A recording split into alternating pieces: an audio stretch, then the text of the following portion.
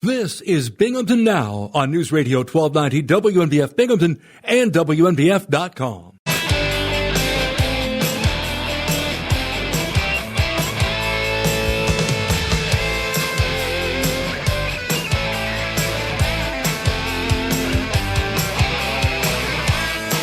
I'm Bob Joseph. Hi, it's Monday. Let's do it live. WNBF. Do it live and do it the best. 607-772-1290, the Binghamton Now number. Again, you are entitled to make a call right now. One call. If you have only one call to make today, this is it. 607-772-1290. Make the best use of your precious time by calling Binghamton Now. And what a great weekend. What a great, great weekend. In terms of weather, in terms of everything else, it was fantastic. I hope you enjoyed your weekend. Good times. Good times. Let's see what else. We'll talk a little bit about the weekend, I suppose, from the Stick to the Issues crowd. Everybody likes to hear about the weekend antics. Or maybe not. Maybe we'll actually stick to the issues today. The election is now just over 2 weeks away, so this is when it starts to get fun. The madness, if you know what I mean, the madness is just underway. Just when you think it couldn't get worse, it gets a lot worse. Sometimes you ask yourself, is there any bottom? I mean, how low can they go? And the answer is they can still go lower. Don't kid yourself. And the truth is, as bad as this weekend was, it probably will get a lot worse. So if you found this weekend's antics on the campaign trail to be distasteful and disgusting and displeasing, well, you ain't seen nothing yet. I can't shake my head anymore. It makes my neck sore. You shake your head so much, and then it's like, yep. I thought we baked in a lot of this stuff, but the truth is, some of these things you can't really bake in. And some of these things you knew were going to happen, kinda. You didn't think they would be quite this fabulous. So anyway, that's why we're here. Let's take a call, shall we, as we kick off another fine week of conversation here on Binghamton Now. Morning, you're on the air. What's your first name? Where are you calling from? Good morning, Bob. My name is Casey, calling from Binghamton. Casey from Binghamton. Well, welcome. What's on your mind? Bob, there's two things I have on mind. Is the Young Christian Association of Broome County has two concerns that I have, and we're members of that organization. And one is that you and I know that child care is very, very important in not only the nation, but right here in Binghamton. And the Y has done wonderful things by having a child care program for the last several years. But guess what? They shut it down this past spring, and now they're thinking about shutting down another vital program to the community. And that is right here in the Binghamton Y, the swimming pool services will be shut down on Thanksgiving Day. Wonderful, isn't it? So shocking. No, it's shocking that they would shut down the swimming pool. Yes. Yes. And it hit its membership without any warning. So this is why I wanted to share with you that I think the community should know that two vital programs that the Y is responsible for, one is already shut down. The next one is on target to be shut down on Thanksgiving Day. And why are they shutting down the swimming pool? Everybody loves it. Yes, you're absolutely right. So my suggestion to you is that why not ask the board of directors president, because they're the ones who makes the policy to evaluate what the programs are good and what is bad and how they're going to operate it. And I think they should be brought in and explained to the community. Who's the president of the board of directors? Who's the president? I don't know. We try to get a list of the board of directors, and it's not available. Well, it should be on their website. If they're running a public organization, then they should have the names of the board of directors on the website. Yeah, all right. I haven't seen it. So what are they going to do? Why would they close the swimming pool? What do they plan to do instead? Bob, I think you should be asking the president about that as a member and a swimmer. I don't know why they want to close it down. How long have you been a member? 7 years. Well, and there's other people that have been there for 30 years. Well, maybe the use of the swimming pool has been dwindling. Maybe nobody really wants to swim that much anymore. There was a petition signed by 40 swimmers expressing our concerns, and we have no response to that. So this is why I'm calling you. Okay. So the petition was turned. Who received the petition? Petition was signed by 40 swimmers. Who turned in the petition, or who got the petition? Should have been turned in to the management, and we don't know what the management did with it. All right. And when was that submitted? How long ago? Oh, about 3 weeks ago. And still no response? No. So what are you going to do? If they go through with the plan to close down the swimming pool next month, what do you plan to do? Well, first of all, Bob, there's only 3 or 4 public indoor pools that are available, and then there's commercial pools. And, I prefer swimming right here in the Y. It is a wonderful place. I learned how to swim there after age 77. Oh, really? So you've enjoyed it, as you said, for the past 7 years or so, and now they're on the verge of taking away something that you have been enjoying regularly, on a regular basis over the last few years. And at least 40 other people have expressed that on paper.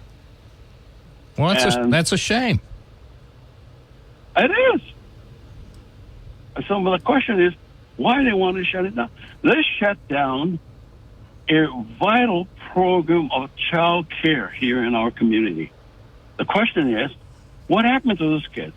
And what happened to the families, that middle-class families are working so hard to make a living, and they shut that down?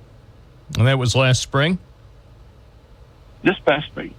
Do you know about how many children were being served by that child care program? I'm not familiar with that program, but I know when swimming here, I was 10, 15 children that were in the program, and they were holding hands, walking over to the playground. I thought that was wonderful to see kids like that. Well, I don't know. That's I'll look into it. Yeah, I think it's only fair to have the board president explain reasons why they have closed the children's program, and also why they're thinking about closing the swimming pool. I mean, the board makes. So this is the facility on Susquehanna Street. This is the one near the beautiful state office building. You're right. And, it's their sister agency is booming. They plan to have another program for buildings that's going up. And here, across the street, the parking lot is is very few cars in here. But if you go to Johnson City, the parking lot is packed. Maybe because of the new donut shop. I'm kidding. But no, I noticed the one there in Westover next to the donut hut is always busy. But it was always busy even before the donut hut opened a few weeks ago. It was busy. Maybe now it's a little busier because of donuts, but the parking lot always seems to be filled. McDonald's was there before. Yeah, I remember. Dunkin' Donuts. I remember. And then they got run out of town because the Hamburglar and his criminal record. But, I don't know what people in Binghamton, downtown Binghamton, and elsewhere in Binghamton are supposed to do if they shut down the swimming pool. Exactly. And that's why we haven't heard anything about it. The transparency of how decisions are made are not available to the membership. And after hearing what they're planning to do, immediately some of the people that signed the petition are saying, I'm going to terminate my membership here. And that's not good. Will you end your membership? My membership? Say again, Bob? Yeah, will you end your membership after they close down the swimming pool? That's the reason why I joined the Y, because I wanted to use the swimming pool. And the only reason why I would swim there is because of my membership. And I certainly don't have anything else to do here. So you might quit. I am seriously thinking about it. I think it's something I have to look at, and I don't know where to go at this point. Yeah. Well, I appreciate your calling, and keep me posted, and I'll try to get some people from the YMCA to come on the program to explain what's going on. I think it's great. Thank you. The Y is a very important program in our community. Okay, thanks, Bob. Hey, thanks, Casey. It's 9:23 at WNBF. If you have additional information about what they're up to, they certainly haven't told us. So if you're a board member, if you're the president of the board of directors at the YMCA, call us, YMCA of Broome County. Call us. If you're on the board of directors, president of the board of directors, CEO, executive director, call in. Tell us what is happening. What happened to the child care program? What's going to happen with the swimming? Why can't people swim after Thanksgiving? It's 9:24 here at WNBF. Good morning. You're on the air. What's your first name? Where are you calling from? It's John from Binghamton, Bob.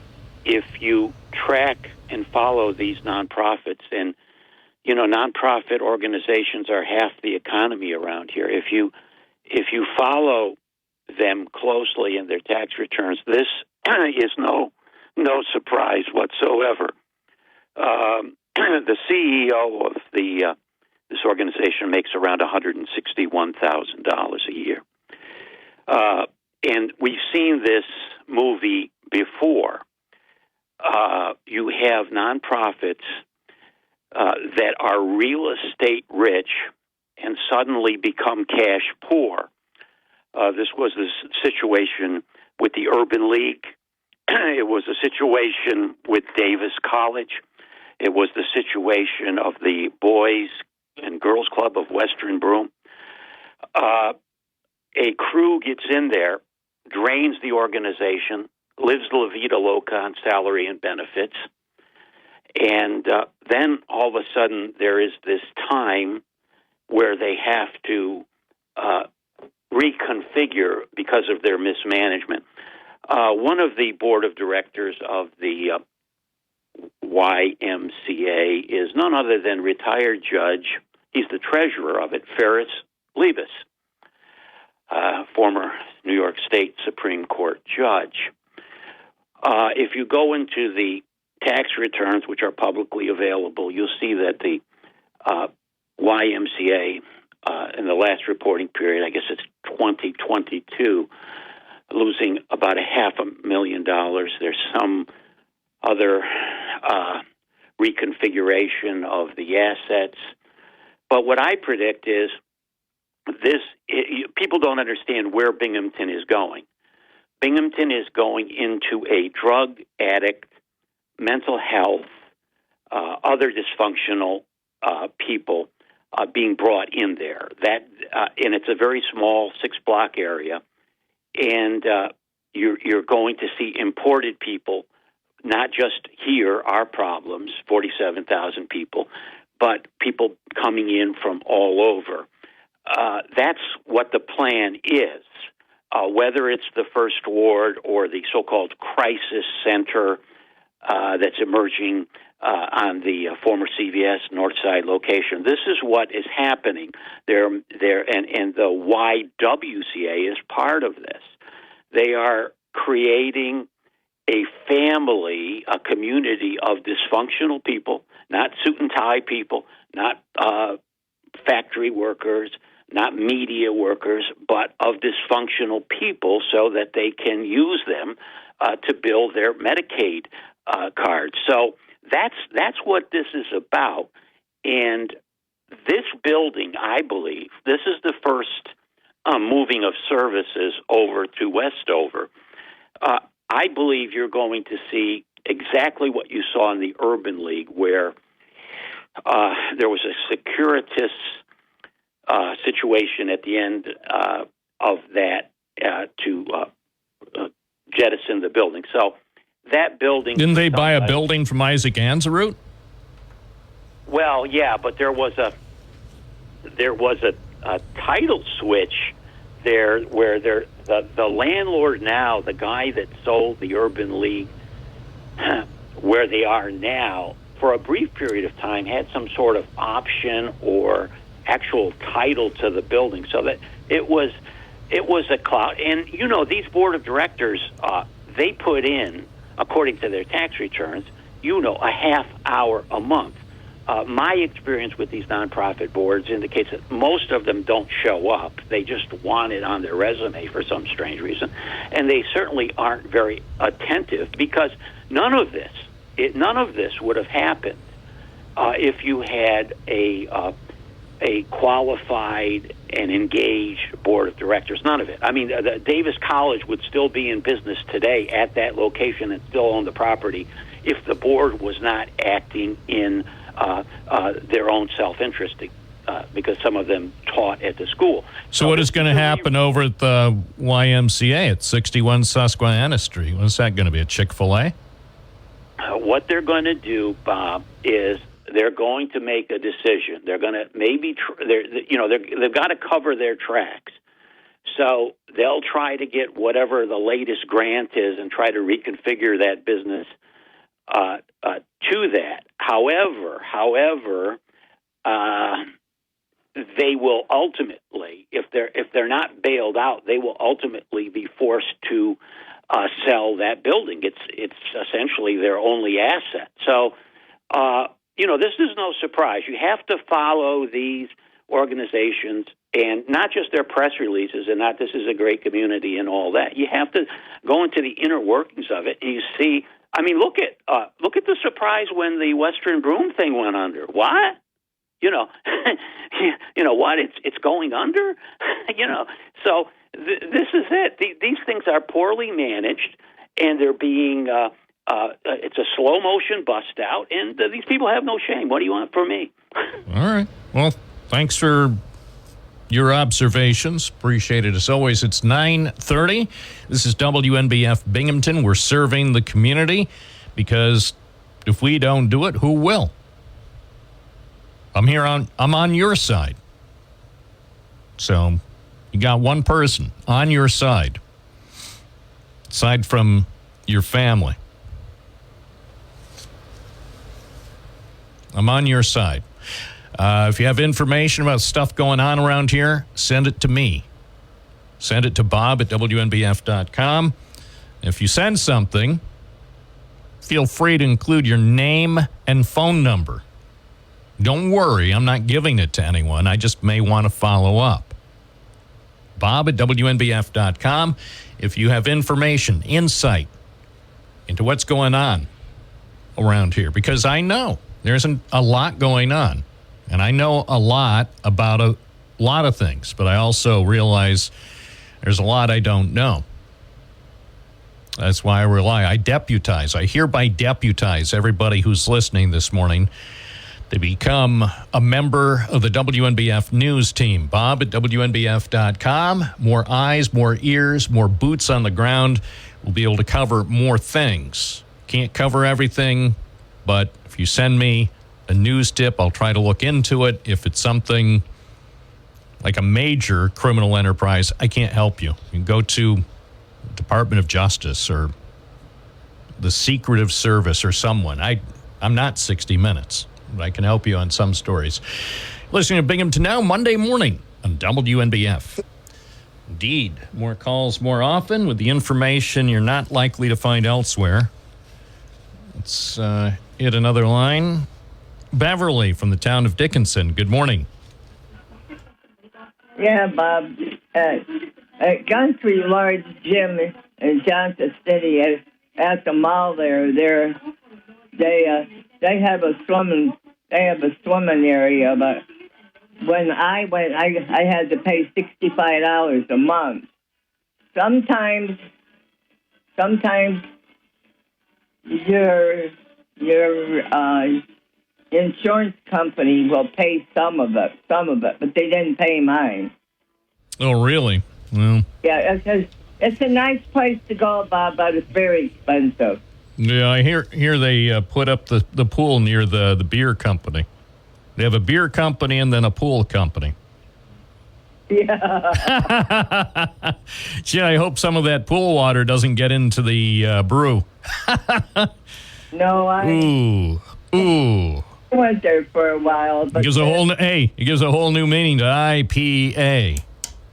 I mean, you can go every day of the week if you want to, but when I went, it was $65 a month. All right. Well, I may look into that. I could go for a dip. Like I said, sometimes your medical insurance company will pay some of it. All right. Well, it's good to know. What else? They shut down? I see the pool over at Rec Park. That's shut down. I'm going to check that out next year. Pool over there on the north side at Sherry Lindsay Park. They shut that one down. Yeah. Webster Street, that's shut down. Looks like they shut down all the pools over the last few weeks. What are people going to do? I mean, kids like to swim.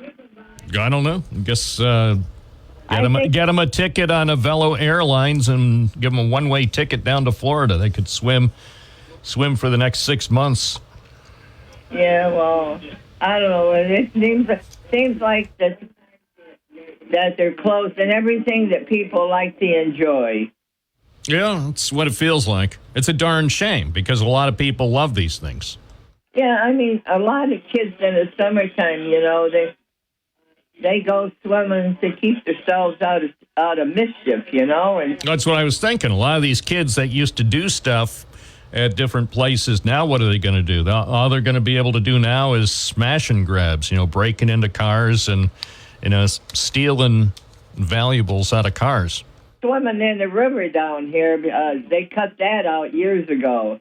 There used to be a bridge there in a bathhouse, but it's not there no more. I don't know whether they closed it or what they did, but that was when I was growing up. But you can't swim in the river. Not if you're smart. Not if you want to live. Dorchester Park. Oh. With that algae. Oh. And it's not only bad for people, it's bad for doggos. Yeah, I don't know. Like I said, they open other things, but they don't think about the enjoyment that the people had at one time. That's true. It's the people. It's not the big corporations or the politicians who get hurt. It's the people, the good people like you and me. They has a pool anymore either. I don't think. Who doesn't? The YWCA. I don't think they have a swimming pool either. Oh, really? I'm not sure. I haven't been there in years. Right. Well, I'm sure our listeners will be able to call in to explain what's going on. But like I said before, they got to stop closing everything down because that's what people enjoy. I know. What else? People need to swim. It's a health crisis. If you can't swim, you're going to have health problems. That's right. I don't know where that one down at Lindsay Park is open. I don't think that's open. No, I think when I drove by there a week and a half ago, it looked like it was closed. It was open during the summer, and I looked a couple weeks ago. It looked like it was closed. I think they took all the water out. I think they're concerned about making money and stuff. Well, they should think about the enjoyment that people like to do. Think about the people, the good Americans, the people who are here illegally. Oh, Bob, I get so upset. I get so upset about hearing that. I mean, one person wants to do something, the other person then wants to do something, but you don't even know if you can keep them from not coming over here because, Bob, they can go up to the state of Washington and come in because I had a niece that worked for the immigration department in Nevada, and she passed away several years ago of cancer, but she was telling me that they'll come in any place. Well, of course, and I don't blame them. Do you blame them? Because this is the great country. When they come up every year when, what is it, Billboard or whatever, Casey Kasem, or not Casey Kasem anymore, when they count down the top 10 countries, USA is always number one on the countdown. Yeah. So it's no wonder people want to go, want to come here. I don't blame people. Well, then... The way I look at it, and I've said this before, even though some people disagree, most of us wound up here just by luck. Not because we did anything to deserve it. We were just lucky. Bob, I haven't always lived around here. Really? Where did you live? Where did you grow up? Missouri. Where? My husband was in service. Oh, okay. I haven't always lived around this area. I come back home, I think in 1967 when my mother was sick, and I stayed home because she was sick, but at that time it was nice and peaceful, but I've been to Mexico before, but it was nice and peaceful there, but, everything has changed, Bob. But like I said, I haven't always lived around here. All right. Well, I appreciate your checking in. I hope you have a great day. You too, Bob. Thank you. It's 9:41 WNBF with Bob Joseph, serving the people. We're serving the people just for you. 607-772-1290. More coming up. This is Binghamton Now, on air at 92.1 FM, 1290 AM, and streaming at WNBF.com.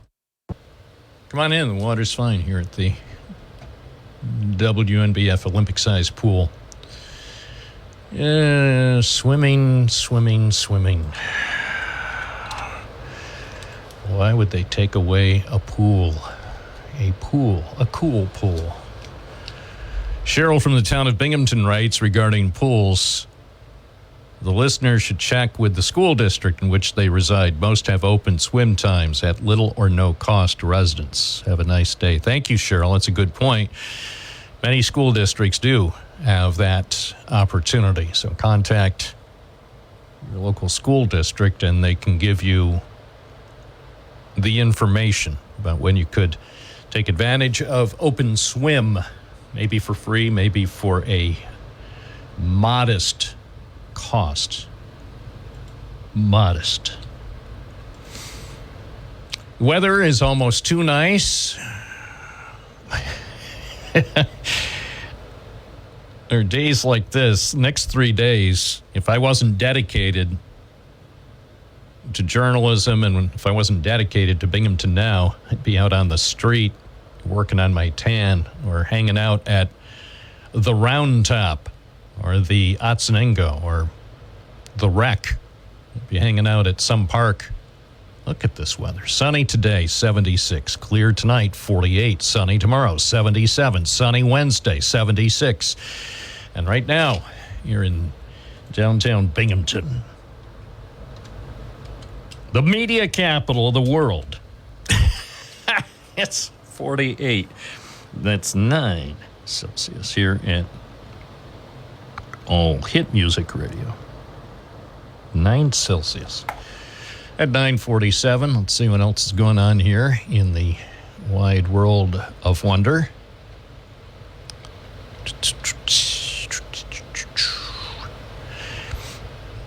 Here's a story from WNBF.com. Clever headline. You must have some clever headline writers working at WNBF.com. Must be they were hired recently from the New York Post. Thanks to the New York Post layoffs, we now have new headline writers, right? Kidding. Don't even think of driving on the Leicester Avenue Bridge. The large bridge closed signs at a Leicester Avenue construction site in Johnson City are not deterring some people from trying to cross the bridge over the railroad tracks. Yes, the bridge rehabilitation project is almost complete, but the job isn't finished yet, so you got some people walking across the construction zone, and then even, according to Mayor Martin Maney last week, at least one person was trying to drive across. The signs are pretty clear. Bridge closed, bridge out. Sidewalk closed, go away, use detour. We'll let you know when it opens. It's going to probably be open in approximately 10 days. When it opens, we'll let you know. In the meantime, stay off the bridge, stay out of the work zone. Yeesh. WNBF Live. Good morning, you're on the air. What's your first name? Where are you calling from? Selena from Binghamton. Morning, Selena. What's happening? You want to hear something funny? I would. Remember I was telling you that the weather machine was broken? It's way broken. It's totally broken. It took 24 hours later, it corrected itself. I think someone must have heard me. Well, I think it's the government. You know, the government controlling the weather again, just like they said. So the government obviously loves us because the government decided to give us 6 days of wonderful weather. Thanks to their newfound power of controlling our weather. I hope it stays like this for. Oh, I hope it stays like this at least for 6 months. Yeah, that way we can all burn up for the next Canada fire in June. Yeah, and then we'll be able to, the companies that are selling high-priced oxygen will be able to make a lot of money. We'll have commercials in June and July. You know, discount oxygen now at the arena, 3 days only. Yeah, it's only $300 per sniff. Hey, but you'd pay it, wouldn't you? Yeah, I guess so. Yeah, you do what you got to do. Look at the runaway success the Coca-Cola and Pepsi-Cola companies are having selling bottled water. If you told people 30 or 40 years ago that the giant beverage companies, Coke and Pepsi and Nestle, would be making billions of dollars selling bottles of water, people would say... Yeah, they could electrify it and make hydrogen. There you go. And then you could have a hydrogen-powered vehicle. We could have flying cars. Yeah, we could have... You would have flying cars going over the Ryan Roundabout. See what I'm saying? It could even power up a helicopter. There you go. And hover over it using nitrogen. Yep. Sounds good. I love you, Bob. Have a great day. Hey, thanks. It's 9:50. WNBF, serving America with the best imagination. Only the best will do. Let's see. Sorry. Every once in a while I see something and it's almost worth making a comment, but you don't want to unnecessarily comment if certain organizations are struggling. It's probably inappropriate to comment on their struggles. Let's see what else is going on here. Bum bum bum. Let's see. What? Sometimes you get these pitches from PR firms. Let's see. Let's see. I'm not going to mention the name, but this shows you the type of email that I'm subjected to. I will block this particular outfit after this. Basically, if I get an email from something that an organization or an individual that's not helpful, fortunately, the technology exists, so I don't have to see anything from them again. So this will be the last time I have to see anything from this outfit. Tomorrow, it's ... to host an exclusive pop-up event in Times Square. So obviously, they know the type of news I'm interested in. Pop-up events in Times Square. Good morning. Hope you had a nice weekend. I'd like to invite you to attend a unique, visually captivating pop-up event in Times Square hosted by ... one of the largest ... retailers in the U.S. And notice I am leaving the names out because I'm not giving them free publicity, even for something that's totally bizarre. And another unnamed candy brand that's been spreading happiness. Spreading happiness, spreading tooth decay and diabetes and bad health. But they don't say that. The event will take place tomorrow from 4:30 to 6 p.m. at Times Square on West 42nd Street. That's exactly where I want to be tomorrow afternoon. I know that spot, too. It's not far. I think it's on the other side of the old New York Times building on West 43rd. So they have a two-story store that's been transformed into what they call a playful, immersive experience featuring interactive installations and opportunities for people to create their own candy mixes with a variety of deadly sweets. The centerpiece of the event will be a stunning window display showcasing a replica of the Bleep and Bleep parade balloon. These people are desperate. They're trying to get your kids to eat more candy. That's exactly what we need in this country. More candy to be ingested by more kids. Well, at least they're not using heroin.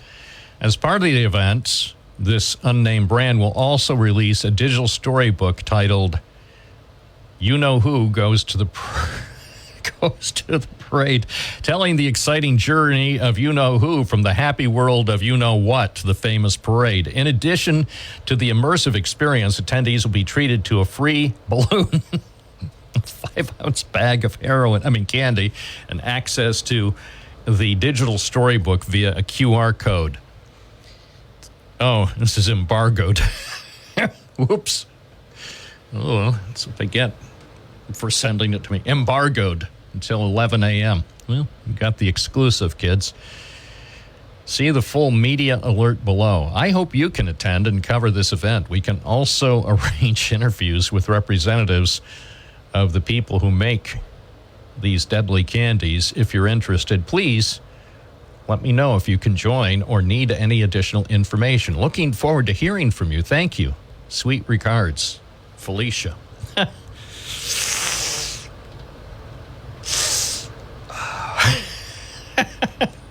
I know. I shouldn't read these news releases, especially that part where it says it's embargoed until 11 a.m. Gee, I hope I didn't make them mad.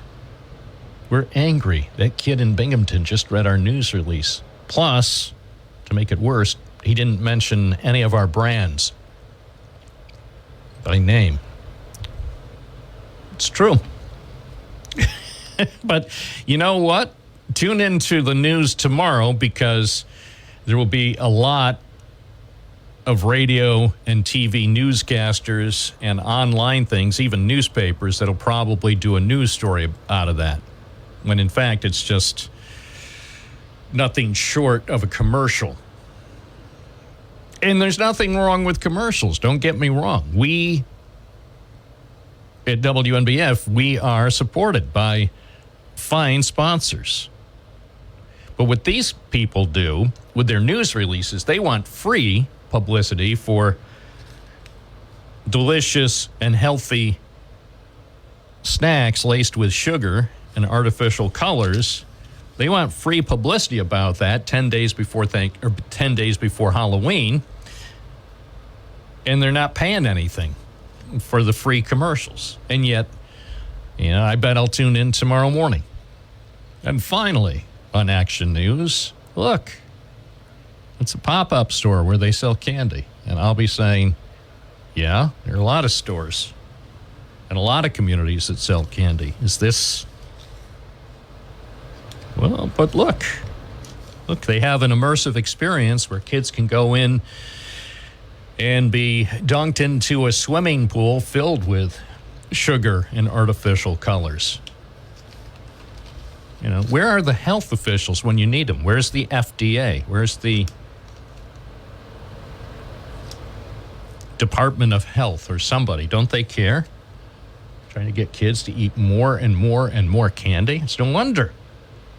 It's no wonder kids are so healthy in this country.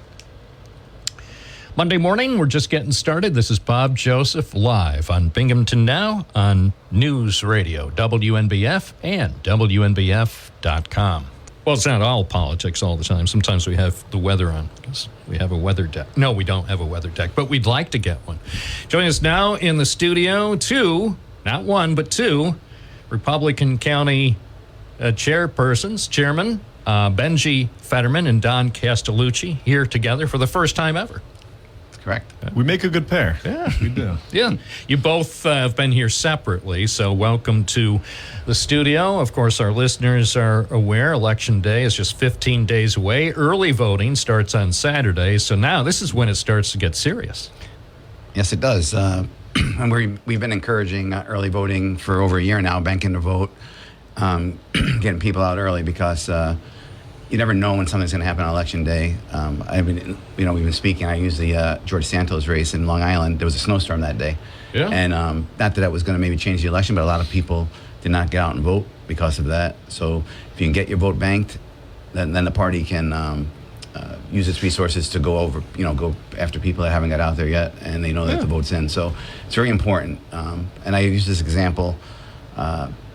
If you stay till, Republicans traditionally stay till Election Day. So you have like a 12 or 15 hour window to vote where you have everyone else is all week. So don't put yourself in that corner. Get your vote in there and vote.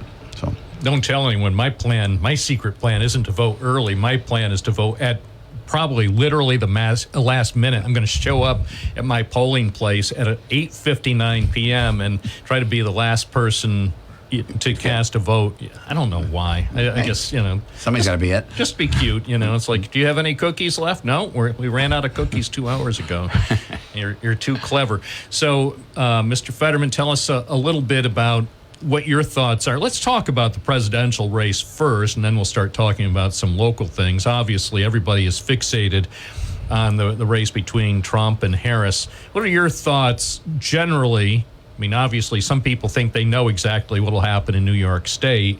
And to be honest, more of my attention, say, about the presidential race is being spent looking across the border into Pennsylvania because it's a battleground state. What are some of your thoughts generally about the presidential race? Yeah, absolutely. So you nailed it on the head, Bob. I mean, really the investment and all the money for the presidential race is being spent south of the New York border here in Pennsylvania.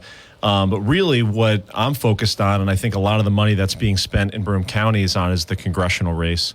People are probably fed up with seeing the ads and hearing the ads on your program. But voters have a choice this year between Mark Molinaro, who has served upstate New York his entire life, and Josh Riley, who, quite frankly, is a D.C. insider, who basically rode a hot air balloon back into Broome County, put on his Carhartt, and decided to run for Congress. So, there's a very clear choice in this election. That's what really we're focused on. But he used to live on Birdsall Street, about a block or two from where I lived for a while. Yeah, it feels like nobody's seen him since, really. But, what the important thing, though, about, what we've seen at Endicott, where they're spending a lot of time campaigning, is there was a Peruvian gang leader serial killer on Franklin Street in the village of Endicott. And let me just say that so all your viewers hear it. There was a Peruvian gang killer, serial killer, living on Franklin Street in the village of Endicott. And quite frankly, my Democratic counterpart, Karen Beebe, said in an Epoch Times interview that this is a manufactured crisis and a narrative by Republicans, and I think she should apologize for insulting the families and the parents of children who walk on the same sidewalk as that serial killer. On East Franklin Street. Well, I didn't see that she said that. Yeah. Well, maybe we'll invite her in to clarify. I missed that part. Sure. So obviously, the immigration and border issue are big in the election. The other thing, as you know, and it plays out on the radio and TV commercials too, abortion rights. And so you've got these two big issues. As you know, Josh Riley's ads, or the ads supporting Mr. Riley, tend to focus on Mark Molinaro's record with respect to the issue. And Mr. Molinaro has even addressed the issue in some of his own commercials, because clearly the research shows it's going to be an important issue this year. Sure. So it's an important issue because the Democrats are telling everyone it is. The truth is abortion rights are not under attack in New York State. What I'm interested in is Proposition 1, and we can talk about a little bit more about that. But Albany has a very, very good habit of trying to solve problems that don't exist. And the problem there is the unintended consequences of solving problems that don't exist. And that's exactly what we see with Proposition 1. It's doing nothing to help with abortion rights in this state, which is already settled law. It's going to open up the door to a lot of different issues. And I'm not saying they're going to happen, but boys playing in girls' sports, illegal immigrants voting. Again, I'm not saying it's going to happen, but that's what it's going to open up the door to do, and we're encouraging voters to vote no on the back of their ballot. Mr. Castellucci, let's talk about some of the things Tioga County voters, Republicans and Democrats and independents, will be considering as they prepare to cast their ballots this year. So I'll just piggyback on some of what Benji said as well. First, we have two local elections that are competitive, one in District 6 on a county legislator with the passing of Dale Weston out there. We have our candidate Ray Bunce, who's in a race there that we looking to get support for, and also Leanne Tinney in the town of Nichols is running for the town board there. So we're encouraging all our supporters to get out and support them. As far as the point about immigration and things like that, I think we're seeing that in both counties. The issues, it's not just border towns. You see the homeless issues that are happening. These things are not happened like they are now. Over the last 3 years, they really have expanded. And just the other day, I was helping someone that needed some help, and you didn't have these situations 3 years ago. And now with the immigration and the borders opening, we're seeing them in small counties like Broome and Tioga County. And so it is a really big issue, and people need to be held accountable for it. And 3 years ago, almost 4 years ago, they overturned a lot of executive orders that changed our policy nationally, and now we're feeling the repercussions of it. And I think the voters need to take that with them when they go to the polls. So let's talk about Congress in Tioga County. What do voters have to consider as they look at their options? So we have Nick Langworthy now. We're back in the Tom Reed district, which we had Tom Reed and Claudia Tenney sort of split up. So all of Tioga County now is moved into the Western District. So as an opponent that I really don't know much about, to be totally honest with you, Nick has been a very good congressman so far. We're looking forward for him being our congressman in January. There's not really any issues for him there in terms of in Tioga County in terms of voting. But he's a strong conservative. He represents Tioga County well, and looking forward to having him on January 1. Let's talk about the U.S. Senate race. We hear nothing about this race between the incumbent Democrat Kirsten Gillibrand and her Republican challenger. He hasn't even called me. I mean, my number is listed in all the right places. My email address is at the bottom of every article at WNBF.com. What's the deal with the U.S. Senate race? Yeah, so we're in Binghamton. We are proud to host the state Republican convention to nominate Mike Sapercone to the U.S. Senate seat. And really what we saw in February when everyone came to town to Binghamton to nominate him was somebody who has a storied career in law enforcement, protecting our communities with the NYPD as a detective for, I think, 2 decades. A successful business owner, somebody who created a business that employed, I think hundreds of people. And so he, from my vantage point, is a fantastic candidate to basically carry the Republican message that we need to be creating jobs and we need to be keeping our community safe. And so that's what Mike Sapercone offers as an alternative to Kirsten Gillibrand, who has really been an absent senator. And frankly, Mike Sapercone is right when he says you can't pick her out of a lineup because nobody's seen her in But nobody would be able to pick him out of a lineup. Ask him to give me a call sometime in the next few days because we have slots available. I mean, I don't expect Kirsten Gillibrand to call into this program because, well, she doesn't want to hear my questions. Mike Sapercone also probably wouldn't want to hear my questions, but at least he would get some publicity. So both of you, ask Mike Sapercone to call in, to have his people send an email, and we'll set up a conversation because I think he at least wants to get his message out to Binghamton Now listeners. So I would just piggyback on what he said, but also he's been here. I mean, he's been to Tioga County 5 times. Yeah, but he hasn't been here. The road to the Capitol runs through the Binghamton Now studio. I mean, even Josh Riley and Mark Molinaro have been here multiple times, so they understand if you want to go to serve the American people at the Capitol, you have to spend a few minutes here in the Binghamton Now studio. I will call him after the show. We were with him on Saturday in Chemung County event with Schuyler and Steuben County. He's been upstate a lot, to be honest with you. But to your point, yeah, I would love to speak with him. I mean, today. I'm looking at his picture now, but I just don't. I always figure, especially, I mean, doesn't make it in the grand scheme of things. I don't care if Kirsten Gillibrand or Charles Schumer ever call us again. I mean, I think both of them are tired of my questions, and maybe every talk show host or journalist is entitled to 50 questions, and when you reach that mark, they'll never allow you to question them again. But yeah, I would love to have Mr. Sapercone on. So you mentioned about Prop 1. Now, it hasn't received much attention in the general news media, but I am starting to see more and more signs about Prop 1, and I know there are many people in Broome and Tioga counties who are very concerned about what this proposition could mean. Yeah, absolutely. And again, Bob, it's well-intentioned, but the unintended consequences could be detrimental to the people of New York State. There is a constitutional lawyer named Bobby Ann Cox, who's a Democrat, and she's been traveling around the state trying to educate voters on the dangers of this ballot proposition. And again, it's deceptive in its nature. These are bad policies that Albany politicians like Leah Webb and Don Lepardo cannot pass in their respective chambers because it would damage them politically. So they're calling this the Equal Rights Amendment, trying to deceive the voters and ultimately get to the goal of passing this bad policy that's not popular with the voters.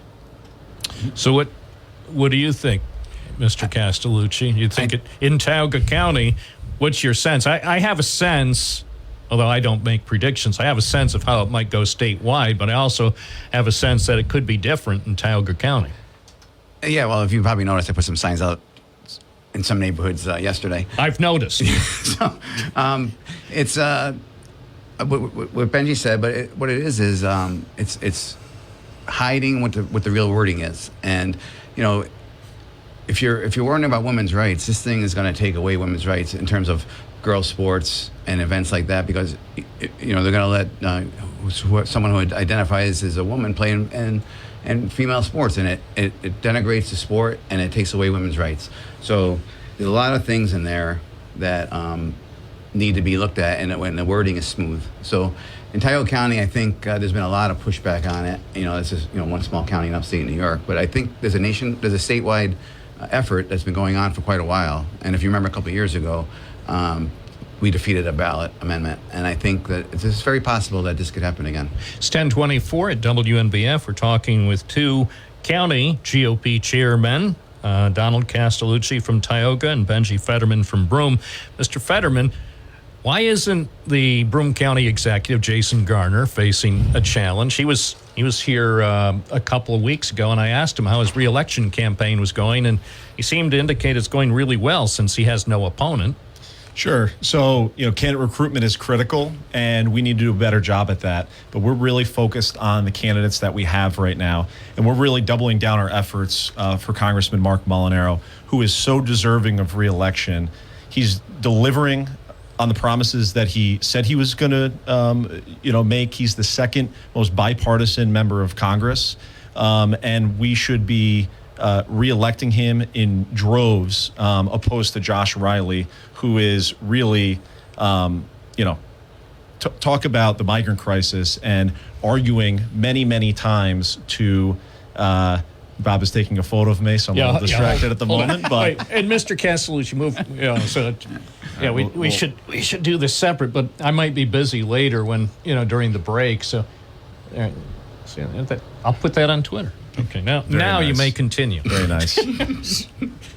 So, as I was saying, Mark Molinaro deserves re-election. He's getting things done for our community, and we need to oppose Josh Riley, who basically was arguing against securing our border.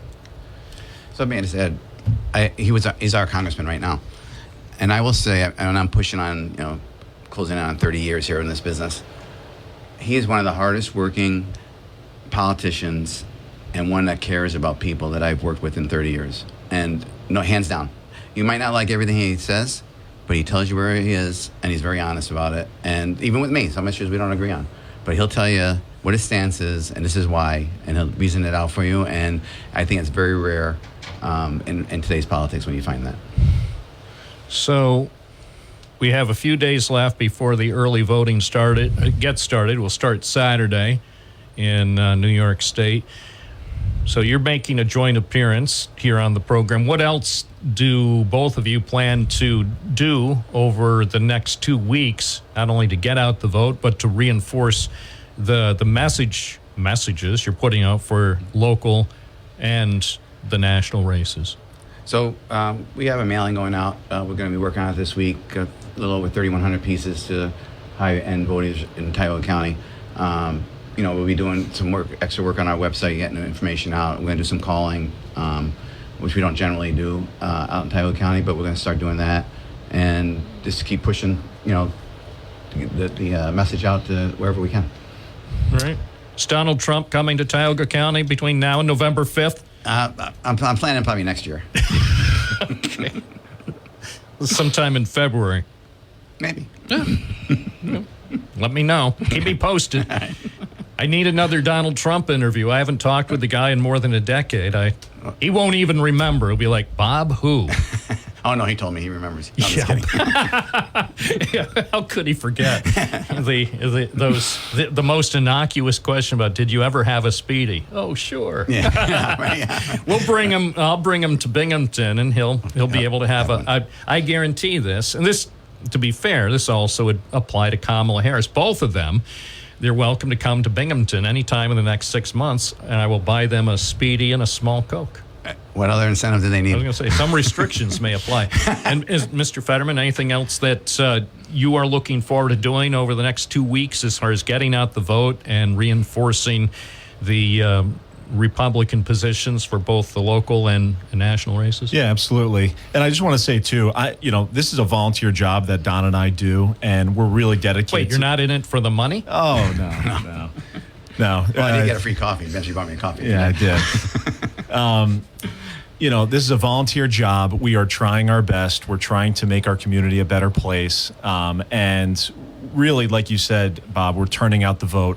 Text messages, mailings. recruiting volunteers to go out there. We're actually going to be able to, we did enough fundraising this year where we can hire a couple paid staffers to go out and knock on doors these next couple weeks. So it's crunch time. We're encouraging everyone to get out and vote. Thank you for joining us. Thank you for having us. Benji Fetterman, Donald Castellucci, live on News Radio WNBF. Coming up, more phone calls. You can give us a call at 607-772-1290. Binghamton Now, WNBF 92.1 FM, 1290 AM, and you can stay connected using the free WNBF app. This is Nice day, sunny, high 76. Nice night, clear, low 48 tomorrow. Nice again, high 77. And right now it's 50, that's 10 Celsius at News Radio, WNBF, WNBF.com. And go ahead, call if you want. Call if you wish. Oh, let's see, what else? We did talk a little bit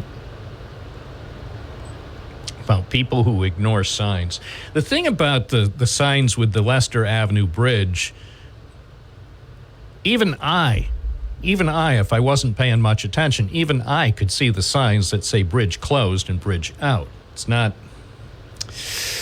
It's just not that difficult. So it occasionally boggles the mind when you see people, I think I'll drive across. Maybe I can get over to, what's the store they have there? They have a big store. Or maybe they're going to the carousel. That's right. Maybe I can get to the carousel by cutting across the bridge and not taking the posted detour. It's 10:32 at News Radio WNBF. Oh, speaking of voting, Pennsylvania voters, and we do have many who are listening in Susquehanna and Bradford counties, several other counties to be sure, around the Commonwealth. Today is the final day you can register for the election. So, again, for those who live in Vestal, not Vestal, Pennsylvania. I've got Vestal in my mind. Pennsylvania, you can register to vote online, by mail, or at many Pennsylvania state government agencies. If you recently moved or changed your name or want to change your party affiliation, you can update your voter registration online. So it's just that simple. But today is the final day to register or make those changes in the Commonwealth of Pennsylvania. It's 10:33 at News Radio WNBF. Good morning. You're on the air. What's your first name? Where are you calling from? Hi, Bob. Good morning. Jim from Vestal. How are you today? I am well. How are things? Well, it's a beautiful day, huh? It's great. For this time of year. This whole week is going to be fantastic. So the weekend was great. So can't ask for anything better, right? Right. Just a quick comment on the two Republican representatives there. I found it very amusing that you asked a question about the presidential race and they didn't want to comment on that at all, ran right away from it. And then one of the gentlemen was talking about going into Tioga County and searching for the high-end voters. I thought a voter was a voter. I didn't know there was high-end voters and low-end voters. I thought us American citizens were all voters. So those are my quick observations. All right. So just wanted to comment on that this morning. Well, thank you. I appreciate your comment. If you see anything going on in Vestal, send me an email. We'll do that for sure. Thank you. It's 10:34 at WNBF. More calls more often. Hi, you're on the air. What's your first name? Where are you calling from? Yeah, John from Windsor. Who, Tom? John from Windsor. Hi, good morning. What's up? Good morning. I just see I had the Republican and Democrat guys on your show there, and I was wondering if you could ask that Benji where the Republican headquarters is. Everything says it's on Jensen Road.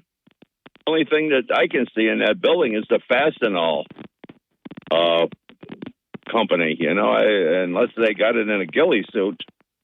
Yeah, I don't know. What? Pretty hard to find. Why do you need to know where the headquarters is? Are you going to stop by? I was planning on it, but it's sort of hard to find.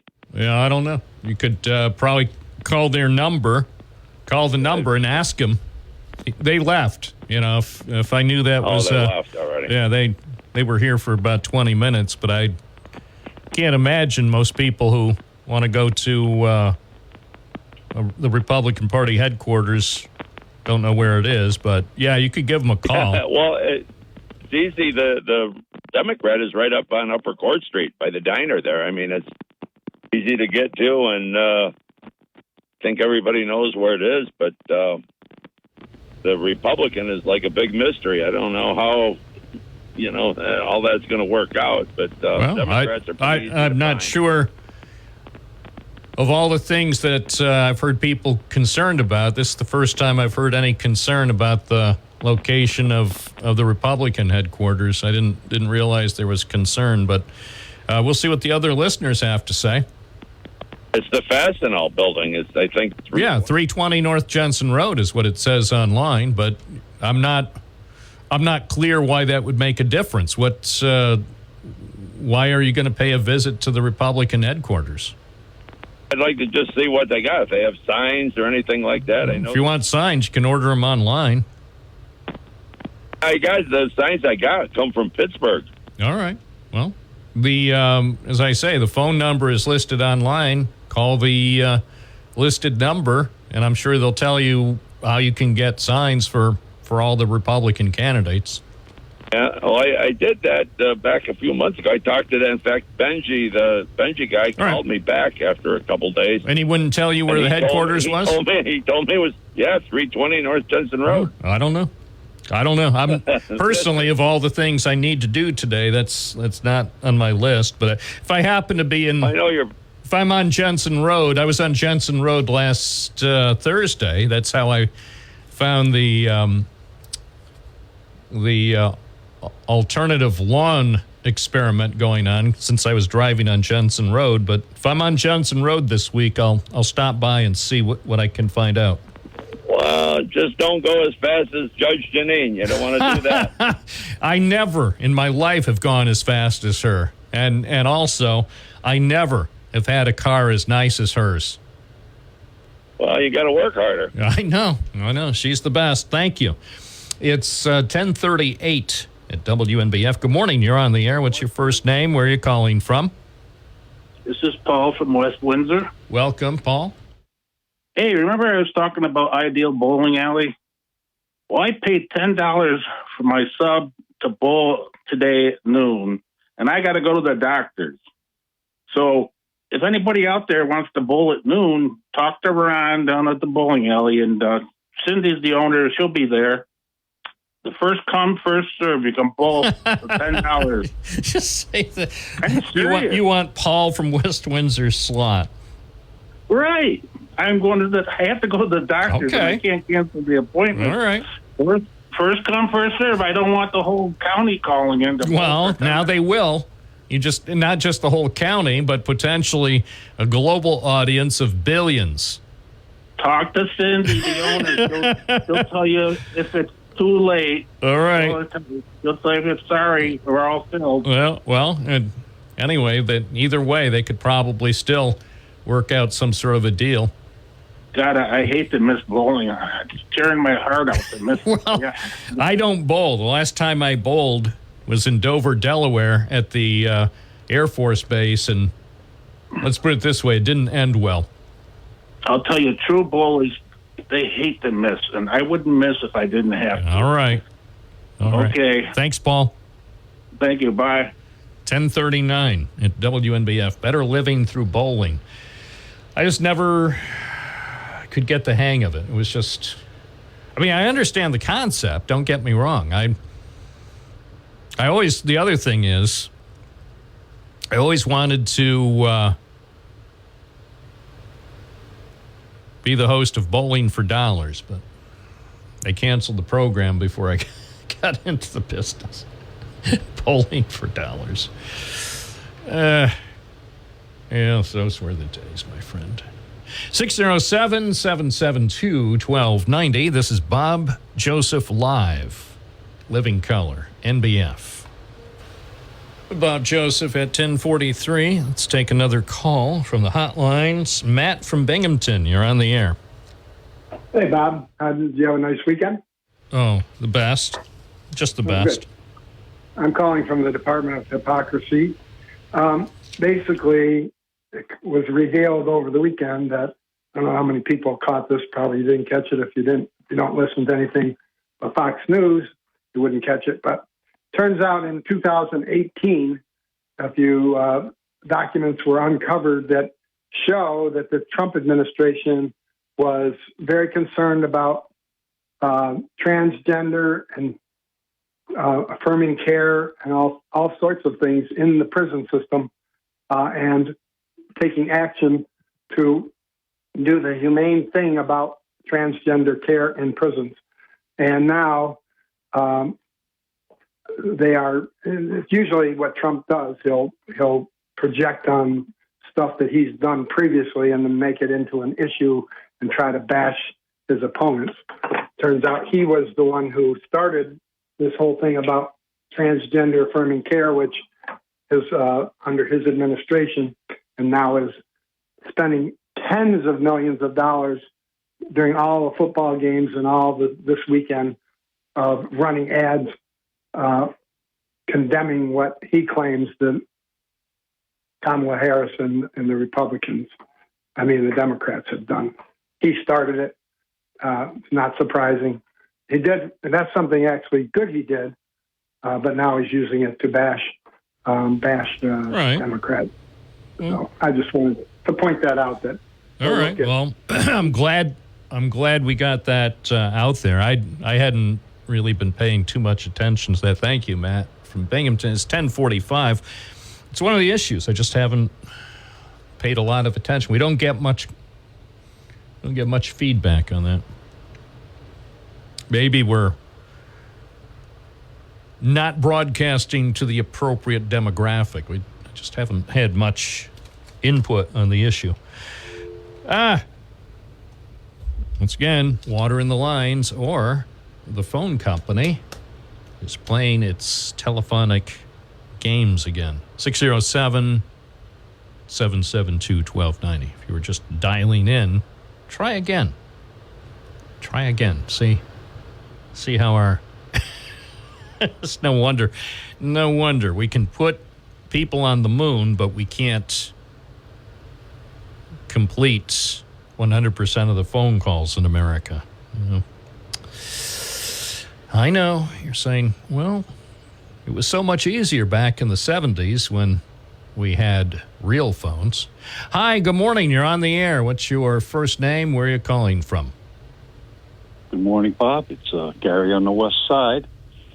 I'd like to talk about a little bit of Donald Trump's strategy. I mean, so when he decides I'm going to go work at McDonald's just so that I can say that I worked there longer than Kamala Harris, then like his team gets together and goes, yeah, this is either going to be a good idea or a bad idea.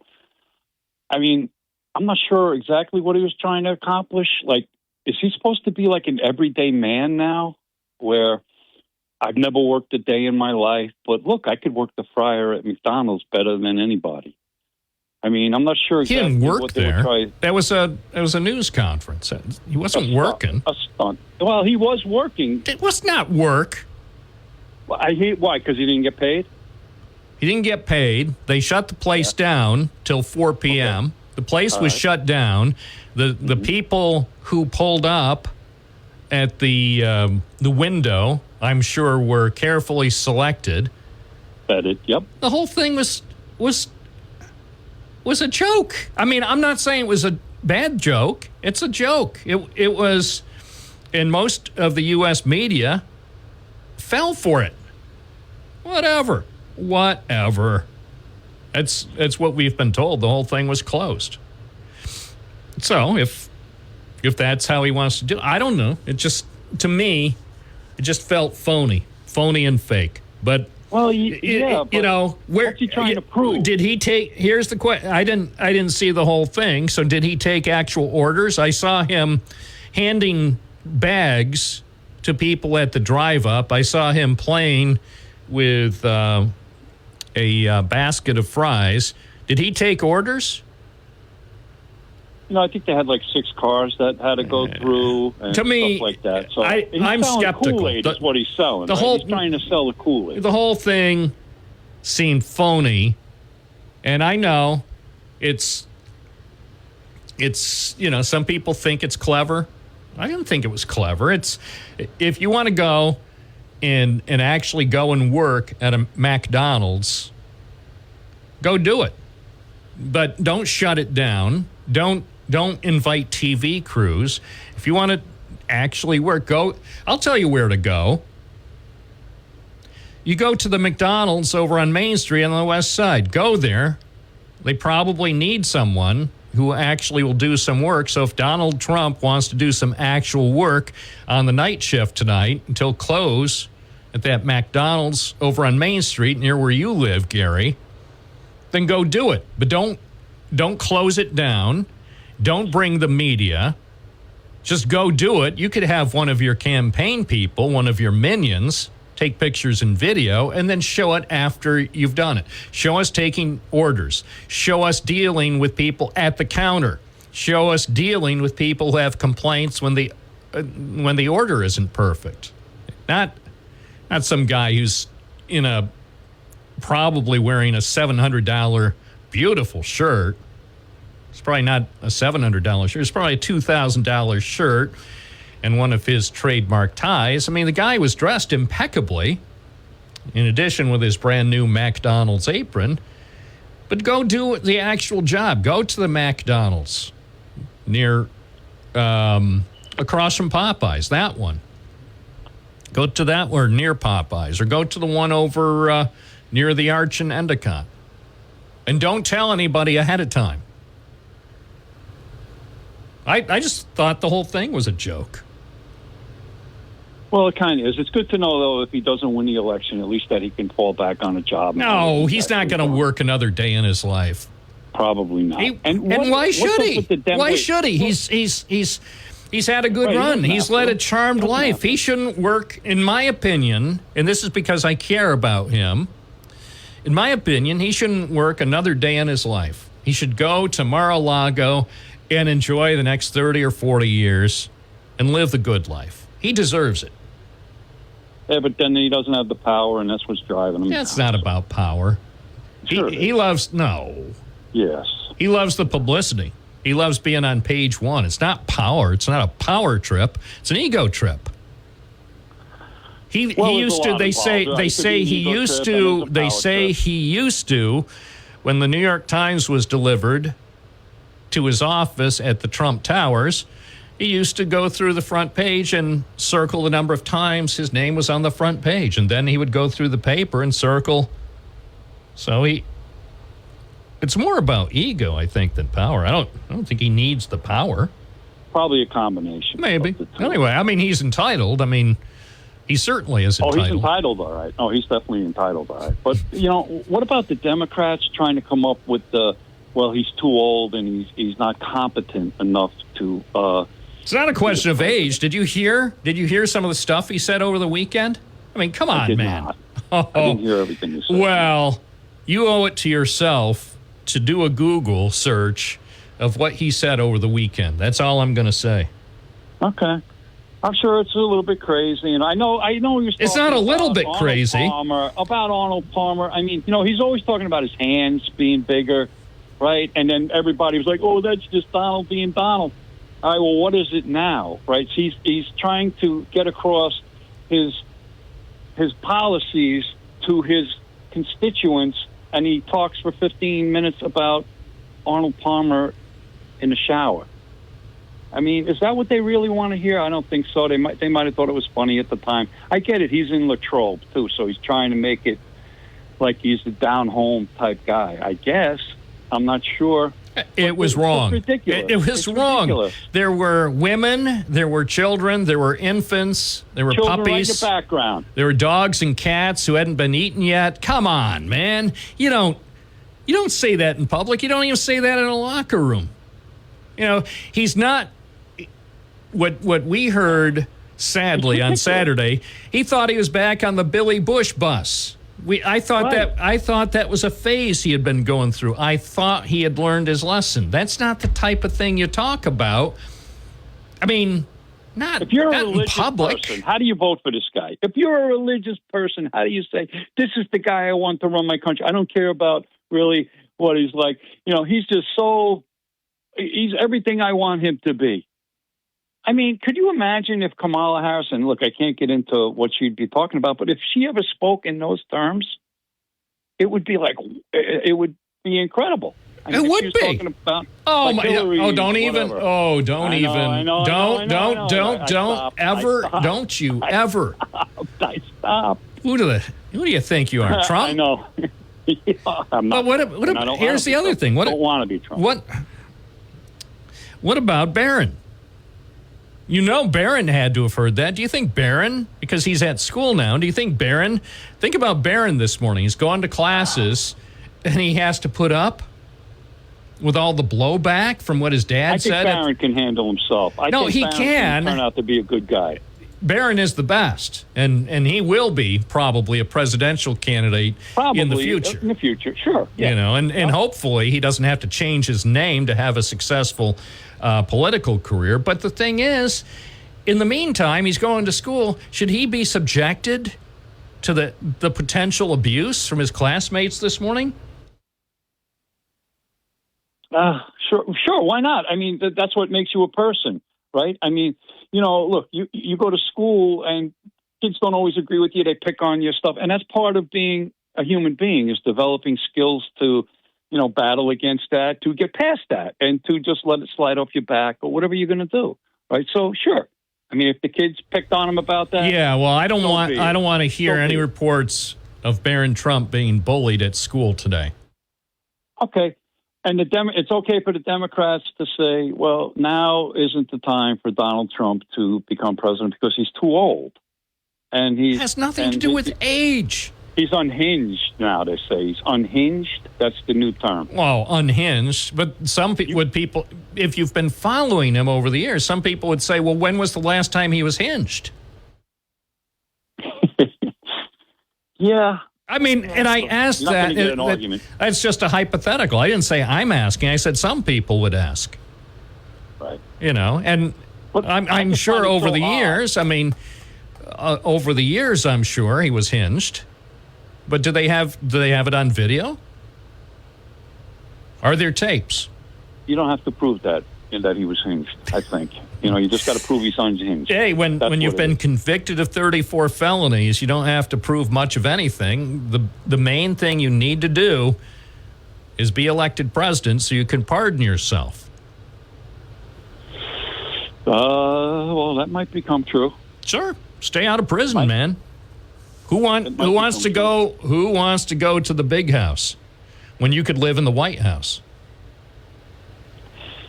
I'm not sure where the election. You know, I'd rather know more about what's going on for the policies than. Really, would you? Yeah, I know.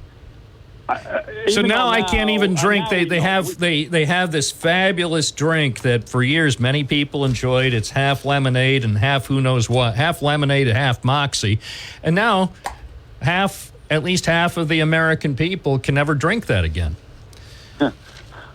You see what I'm saying? What about that company? What if that company winds up losing billions of dollars in potential sales because of what happened over the weekend? They didn't want that. No, and that's where our politics is now these days, right? The gutter. We're not talking about the gutter.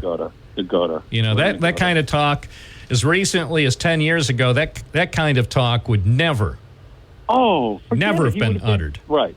Exactly. And now it's, he's just Donald being Donald. No, he's not. And then he called Kamala Harris a bad name. He used a bad word to describe. that they had to cut it out. I can't use. See, this is how you can tell a good candidate versus one who may not be so good. If you can't use his or her comments during one of their rallies on the air of a licensed radio station in the United States without fear of being fined by the FCC, that's how you can tell the good candidates from the not so good. Thank you, Gary. Yeah, I can't. If I ran audio from his message, I'd be fired. It's 10:58. This is Bob Joseph on WNBF. Yeah, let's see what the next hour will be. We'll bring to us with calls and topicality and, as they often say, bulletins at once. If there's anything you really need to know, we can convey that to you here at WNBF, and follow us on Twitter at Binghamton Now. Just posted a photo of Benji Fetterman and Don Castellucci from their visit to the studio. And of course, if the Democratic chairs of Broome and Tioga counties want to come on the program together or separately, all they have to do is contact me, Bob at WNBF.com. It's important. Fairness is important. And that's what you get here at WNBF, WNBF.com. Keep an eye on our website, WNBF.com, for some interesting stories today. I've already been out talking with a few people and making some casual observations about things going on around the Triple Cities. Hope you had a great weekend. My weekend was very enjoyable. Here's, let's see, I posted this on Twitter Sunday afternoon. Obviously, hearing the audio of it won't do it justice, but at least gives you a sample of the type of stuff that we occasionally put on Twitter, especially on weekends.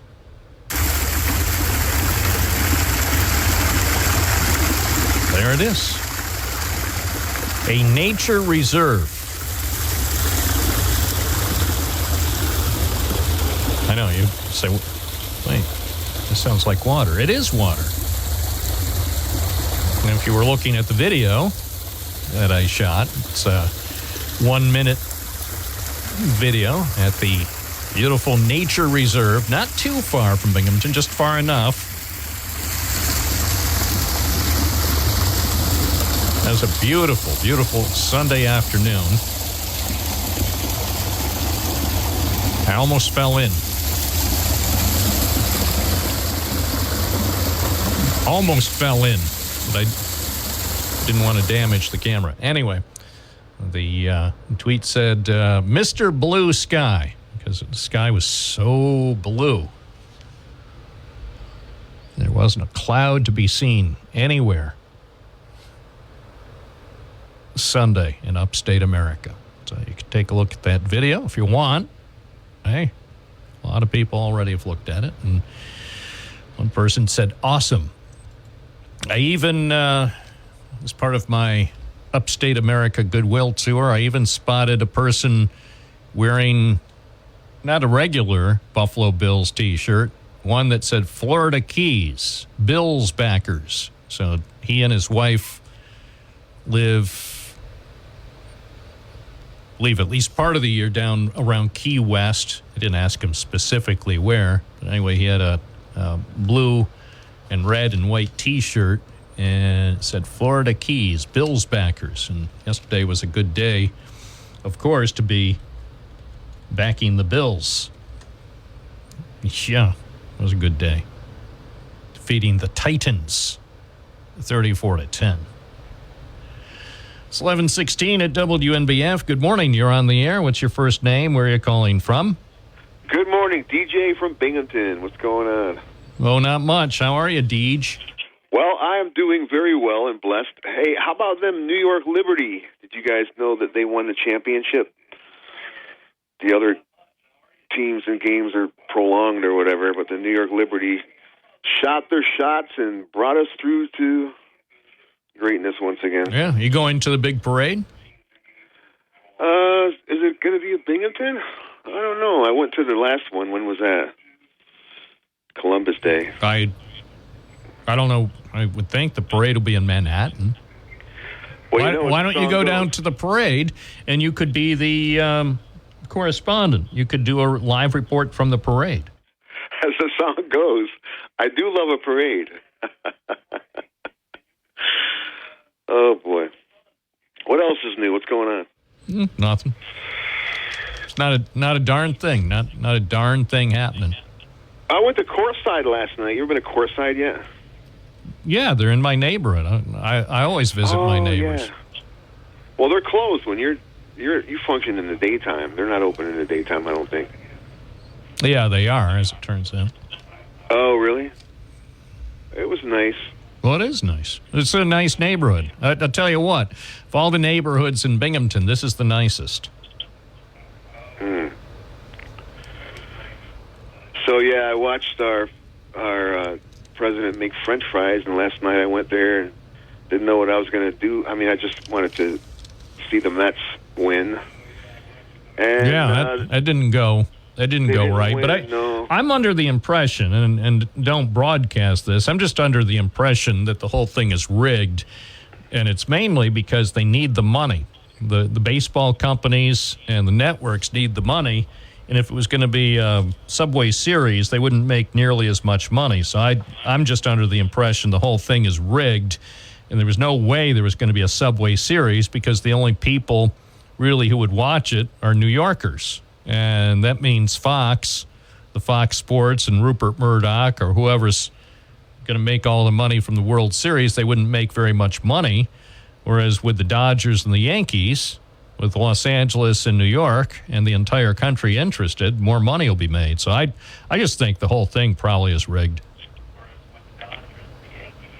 Well, I'm glad at least one New York team has done great so far. Yeah, I would have been happier with a Subway Series, but it wasn't going to happen, in my opinion, because the companies that make all the money from baseball weren't going to make as much money.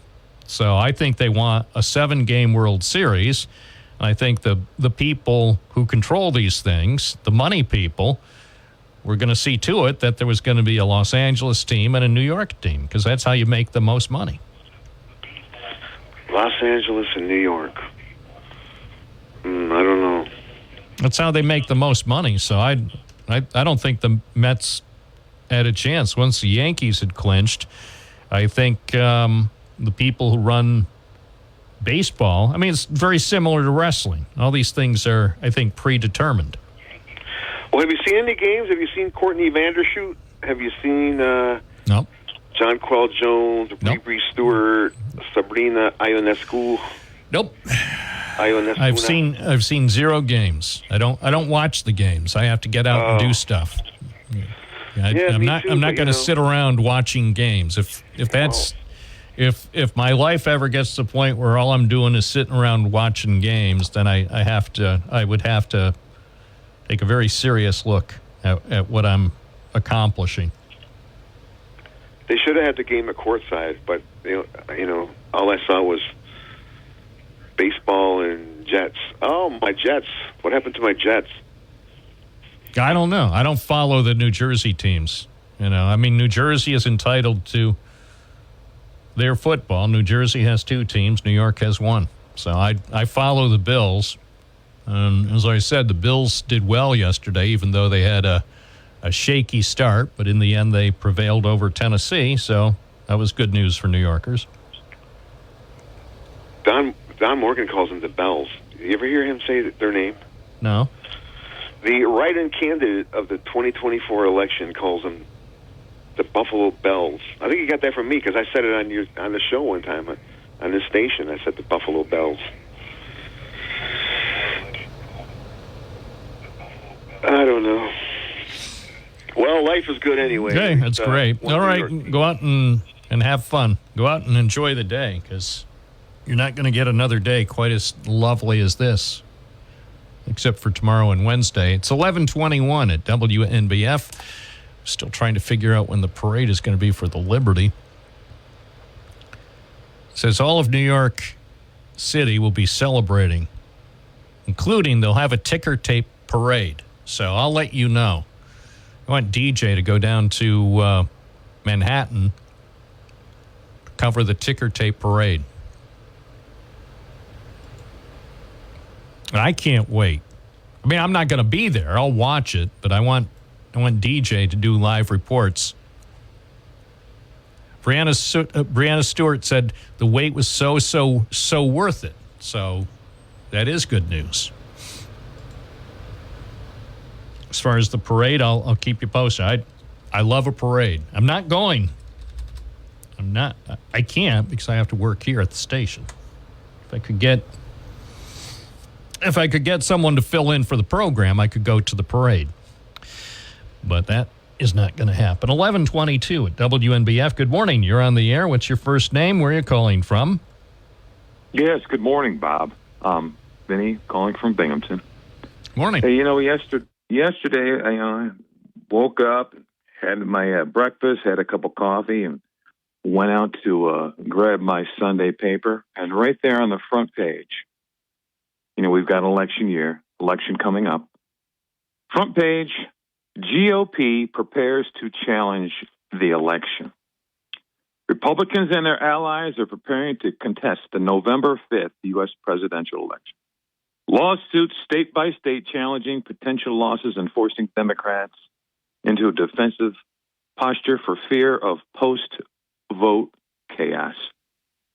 Well, first of all, they're missing three words on that front page. GOP prepares to challenge the election. Here's the three words they're missing. Unless we win. This is where we are, guys. And sometimes it's tiring to hear people trying to, they're all that way. No, they're not all that way. No, they're not. And it's like we have to separate this nonsense that's going on with the Republican Party. Now, you had a caller. You had two Republican officials that were in there talking, and that one caller called in. It's true. As soon as they started talking about the president, boy, they backed right off and made a U-turn, man, because they don't want to talk about it. It's just complete nonsense. And oh my God, and this stuff with this border bill, guys. Bobby, I was reading about the border bill, and that's not a bipartisan. Actually, that's a tripartisan, if there's such a word, because that was a Republican, a Democrat, and an independent that put that bill together. That bill represents the most significant changes, and it was developed by them. As a matter of fact, that bill came out in February. Joe Biden said in January, I would sign the legislation if passed by the House and Senate. Right, and as soon as he said it, it was dead on arrival. I guarantee. That's it. I guarantee the moment that Joe Biden publicly said, I will sign it if it gets to my desk, that was the precise moment it was DOA. It ensured that there would not be action on a measure at all this year. And let me just say this for some of the Trump supporters. The package was developed in response to the high levels of encounters at the U.S.-Mexican border and Republican demands to include significant border reforms along with other national security spending. It was in that bill. And Mark Molinaro didn't vote for it. Guys, are straight up, he didn't vote for it. He was there. Under his watch, he did not vote for this. He's talking about, we had another bill. That bill wasn't strong enough. Well, where's your bill? And let's compare the two. He won't do it. Because, it was a garbage thing they had. This was a tripartisan bill that they put forward, and it was everything that you guys wanted the Republican Party. It was strong. And when you go through all the details, there's a lot of stuff in there. And that's where we're at. Who wants to take care of this thing? Yeah. What did you think about McDonald's? That was a fun. Well, you know what, Donald Trump, every day, Bob, every day this man proves exactly what Nikki Haley, Chris Christie, and Mike Pence said about this guy. This is what all those generals have said. This is what all those people in his administration talked about this guy. As a matter of fact, Bob, I don't know. It's coming today. I ordered that book from Bob Woodward, War, and in it, and this kind of answered Gary's question that he had before about Trump. The Democrat. I think he said about the Democrats talking about he's not fit. No, Gary, that's been going on a long time. A lot of them from a Republican side. This is what Lindsey Graham said in this book. He goes, going to Mar-a-Lago is a little bit like the North Korea.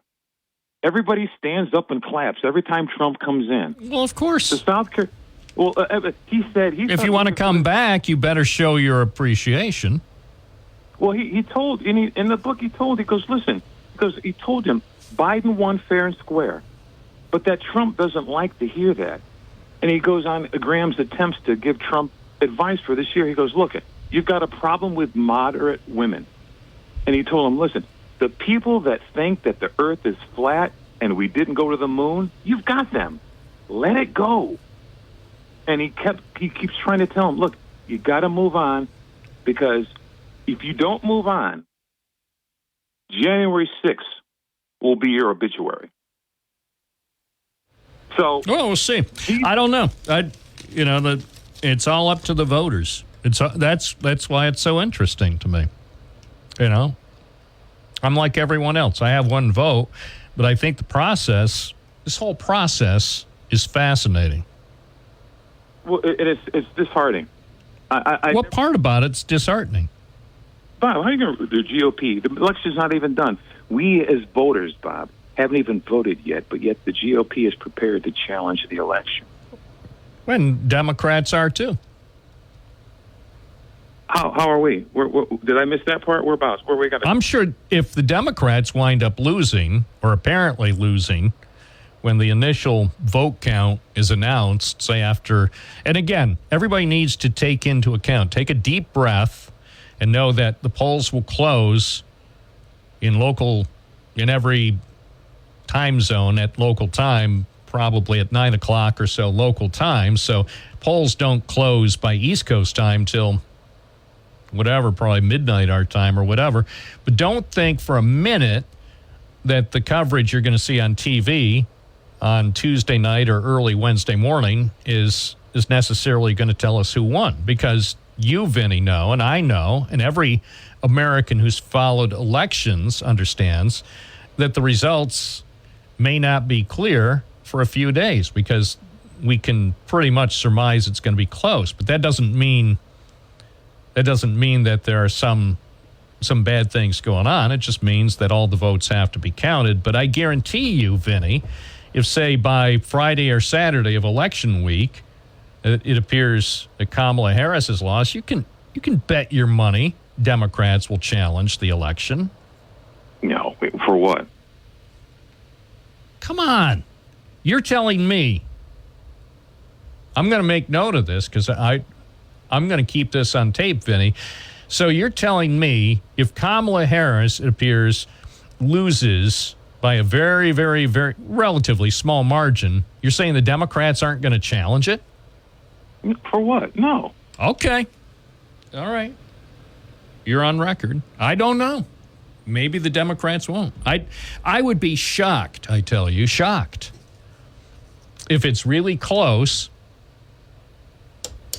if the Democrats don't challenge it, or even if it's not really close, but still kind of close. I just would be shocked. I can't believe that the Democrats would roll over and play dead and say on Saturday, the Saturday or late Friday after the election, they make an announcement, AP or whoever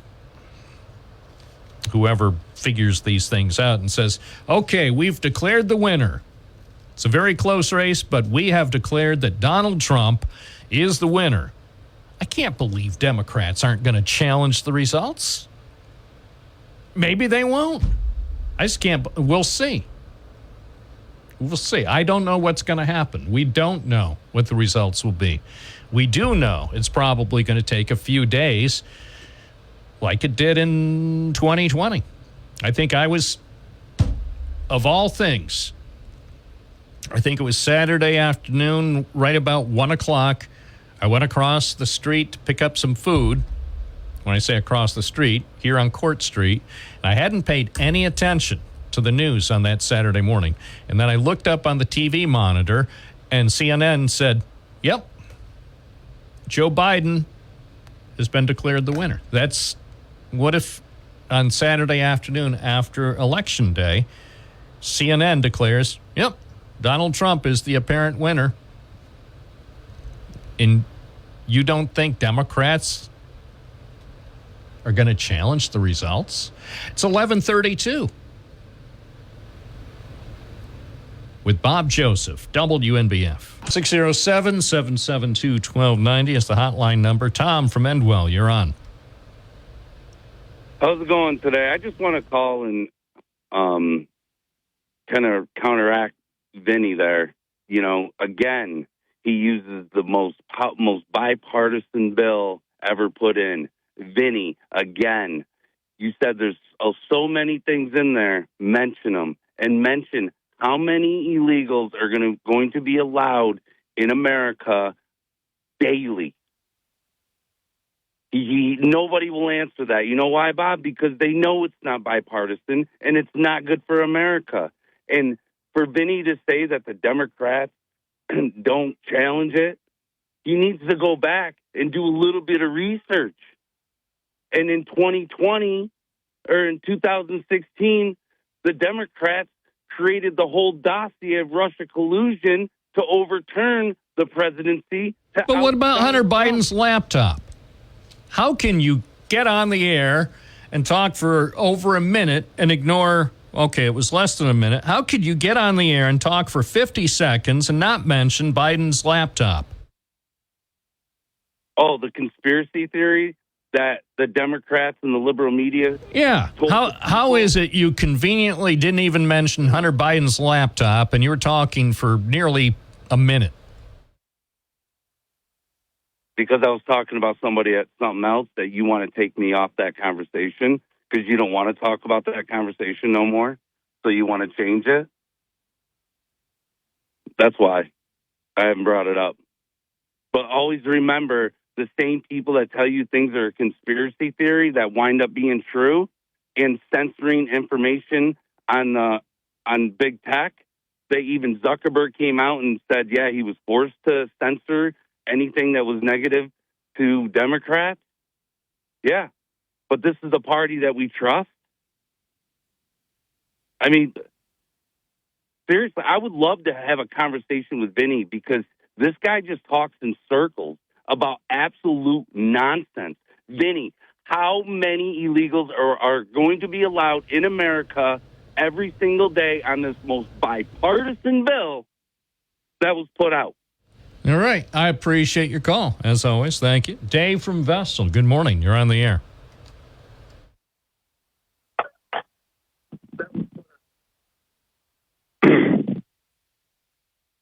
Hello? Yeah. You got something? Bob, you there? Yeah. Bob, are you there? No, I'm not here. Oh, hey, I didn't hear you. Where am I going to go? I got to be here till noon. I can't go anywhere. I have places to go and people to see, but I can't do it till noon. Sorry about that. That's my fault with my phone here. Hey, Bob, as long as you're talking about the border there, hey, and by the way, Tom and Dave are back to back here, so conspiracy theory, end it. Plus two, I'm still nursing a cold here, so. Why don't you take some of that NyQuil? Drink some NyQuil and some milk, whole milk and NyQuil, but use only as directed. Yeah, cherry NyQuil, but that's good. Pour it over ice like a liqueur and just sit down and watch TV. Anyway, get some Ben & Jerry's vanilla ice cream and then pour a little bit of that NyQuil, cherry NyQuil. Use only as directed. Bob, no, but seriously, though, did you see there's another big caravan on the way? Immigrants, they're on the way. They're going to be here before the election. Yeah. Do you believe? Where are they coming from? Are they who's driving? Arnold Palmer's kids? Same places, Bob. But do you know, is it a coincidence to you that as soon as Biden won, they showed up at the border? So they're doing it again because they know Trump's going to win. They want to get here before Biden's out. So, Bob, you know what's going to happen? Vinny says move on. We can't move on, Bob, because that's what the Democrats want. They want us to move on, and they keep talking about the bill that they brought up, Bob. They keep talking about it because they want us to ignore the fact that they messed up, allowed 10, 20 million into the country. No, we got to dwell on that. We got to fix that first. We're not just going to move on. They must pay. They must pay for what they did. They're going to lose these voters because when Trump wins, they're leaving. And if they get in the way, try hiding them. Try protecting them. What if they go to East Franklin Street? Oh, and they will go right along with them, Bob, because they're leaving. They don't want to talk about what they did, Bob. They just want to talk about, no, just move on. We had a bill to fix all this. Well, they did. They did. And Trump said it couldn't be passed. Trump told Republicans in Congress, you can't pass that. You can't pass that this year. You're going to lose the election. You're going to lose your voters. It didn't work. It was. We know what Donald Trump did. He stuck his nose into congressional business.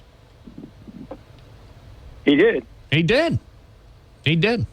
So, he wanted the issue. He's got the issue. And, from a political standpoint, maybe he made the right decision to use this as the issue so he'll get 4 more years. Just move on because, Bob, it was planned. They want amnesty. I don't know anything's planned. The only thing I know was planned is for the Dodgers and the Yankees in the World Series. I know that was planned because there's a lot of money to be made instead of having a Subway Series. Of course, that was planned. As far as politics, I don't know.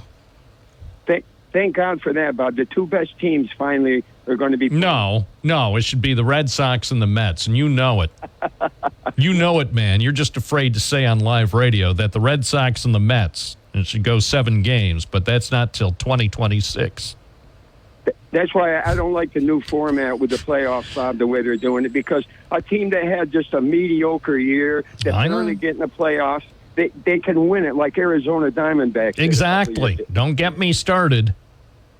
Yeah. Those are some things on which we can't agree. I appreciate your call as always, Dave. Yep.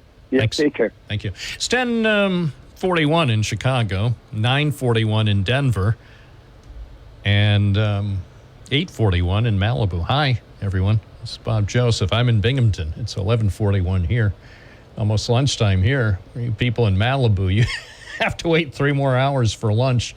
More calls coming up on the Monday edition of Binghamton Now, WNBF. It's very powerful, one of the most powerful programs on Court Street. John from Binghamton, good morning. You're on the air. Good morning, Bob. I'm here to express as many opinions as you'll tolerate.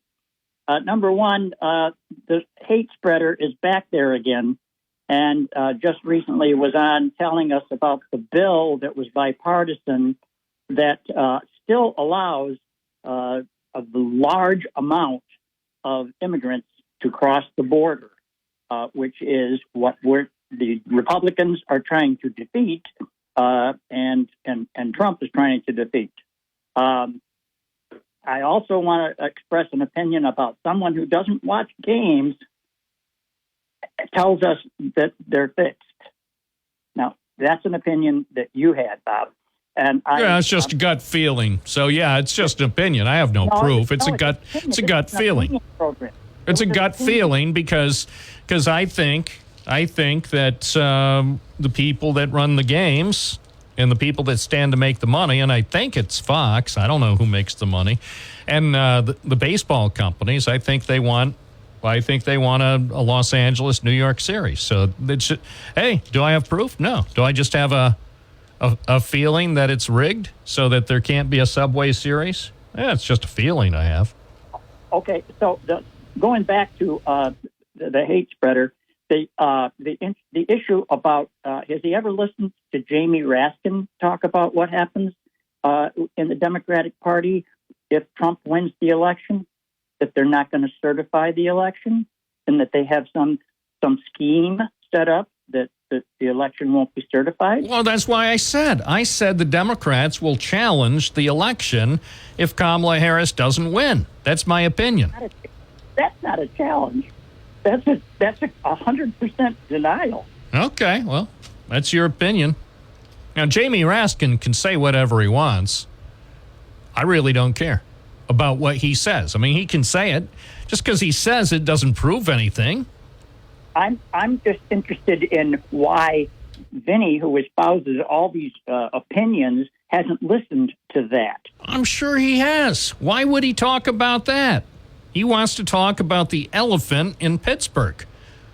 I mean, come on. Did you see what was going on at the rally? I'm sure there's elephants in the zoo. Yeah, did you see that rally the other night in Pennsylvania? What was that about? I truly don't know what you're talking about. Okay. Well, check it out. Check out what he spent the first 12 minutes talking about at the rally, and then call me tomorrow. I mean, come on, man. It's no wonder people are sick and tired of all of this. Joe from Greater Ithaca, you're on the air. Yes, I'd like to speak about the amendment that you need to vote on in New York State. Proposition 1. Yes, and it's to codify abortion rights. And they say, well, you don't need to do that, because you already have these rights. And it's like saying you don't need to wear a seatbelt. You're a good driver. And the other part about it is that, well, you need to vote against it because it gives some protection for the LGBTQ people. And they say, well, if they get that, that's going to open the door for them to allow boys to go into the girls' locker room. So I think it's it's kind of like the reverse. But will it? One or the other. So will it? No, it has nothing to do with that. As far as like people suing to be able to do that, which I don't see that happening. With it, I'm just looking. Here's another thing. This is from the New York Post editorial board. Here's another reason why they say that they don't like Proposition 1. They say it empowers lawmakers to ignore the current language of the state constitution. And they say citizenship and voting rights are under attack because of this. So I don't know.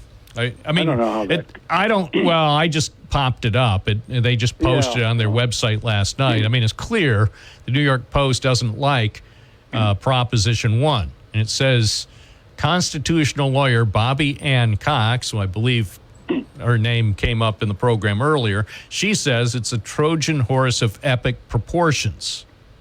And so I don't know. I guess I'll have to read more. But to hear some people tell it, you would think that if Proposition 1 is passed in New York on November 5th, that everything is going to go haywire.